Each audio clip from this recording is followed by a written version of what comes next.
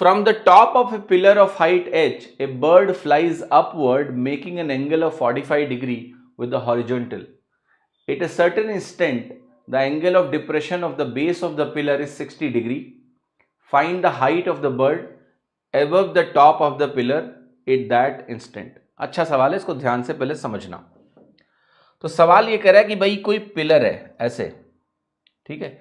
अब इस पिलर के टॉप से एक चिड़िया 45 डिग्री के कोण पर ऊपर की तरफ उड़ती है, 45 डिग्री का कोण बनाकर, ठीक। अब कह रहा है कि एक पर्टिकुलर इंस्टेंट पर, मतलब एक पर्टिकुलर टाइम पे क्या हो रहा है कि इसके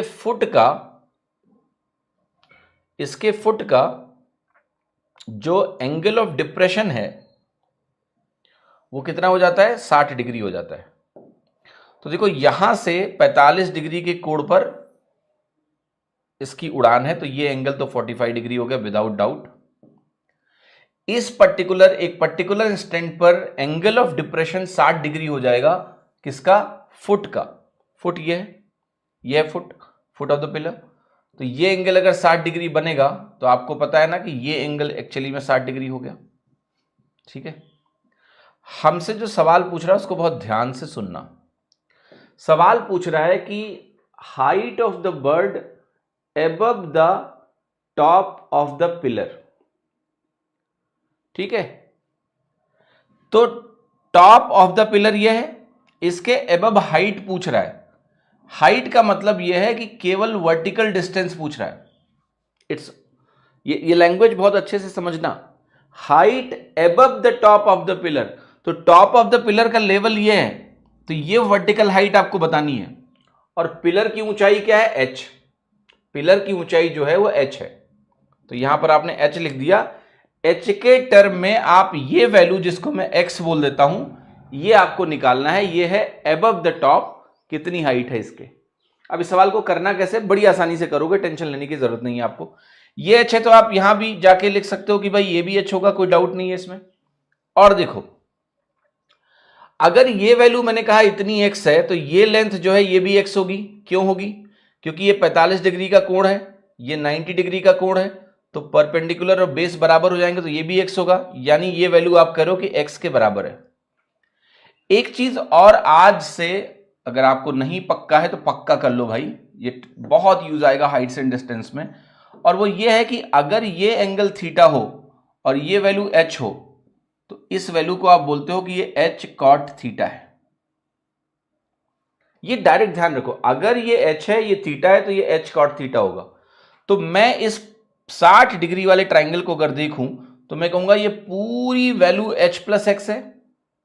और अगर ये पूरी वैल्यू मेरी h प्लस एक्स है, तो मैं इसी वैल्यू को ये भी बोल सकता हूं कि ये h plus x cot 60 degree है। या फिर मैं बोलूं कि ये h प्लस एक्स बटा √3 है। आपको कहोगे यस, तो यही x भी है और यही h प्लस एक्स बटा √3 भी है, यानी दोनों आपस में बराबर होंगे।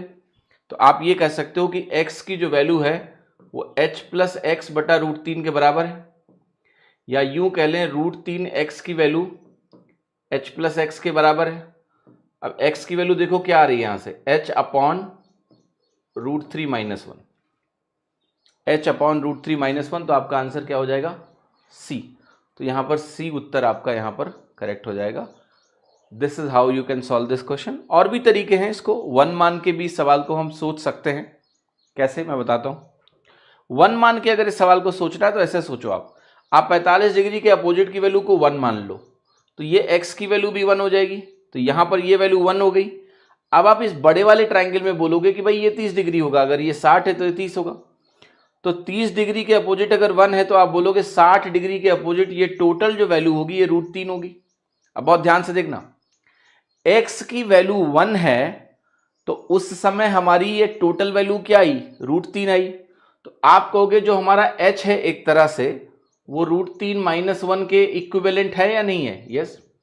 तो h अगर हमारा √3 माइनस 1 के इक्विवेलेंट है तो एक यूनिट किसके इक्विवेलेंट है, तो आप कहोगे एक यूनिट इक्विवेलेंट होगा h अपॉन √3 माइनस 1, और वही एक यूनिट जो है वो हमारी ये वाली ऊंचाई है जिसकी हमें जरूरत है। तो यहां से भी आंसर आ जाएगा। जो भी आपको सुटेबल लगे आप यूज करिए। 1 मानना ज्यादा सुटेबल है, यस। अगर आप उस टर्म में सोचते हैं, है ना, कि 45 के अपोजिट 1 मानिए तो x ये भी 1 हो गया, ये 1 हुआ तो ये 1 हुआ, अब 30 के अपोजिट 1 हुआ तो 60 के अपोजिट पूरा √3 हुआ, तो h की वैल्यू √3 - 1 होगी। अब x क्या है जो हमें निकालना है? 1 यूनिट। तो √3 - 1 यूनिट अगर h है तो 1 यूनिट किसके बराबर होगा? h upon √3 - 1, and therefore answer आपका हो जाएगा सिंपली सी। सी उत्तर आपका यहां पर सही हो जाएगा। ठीक है।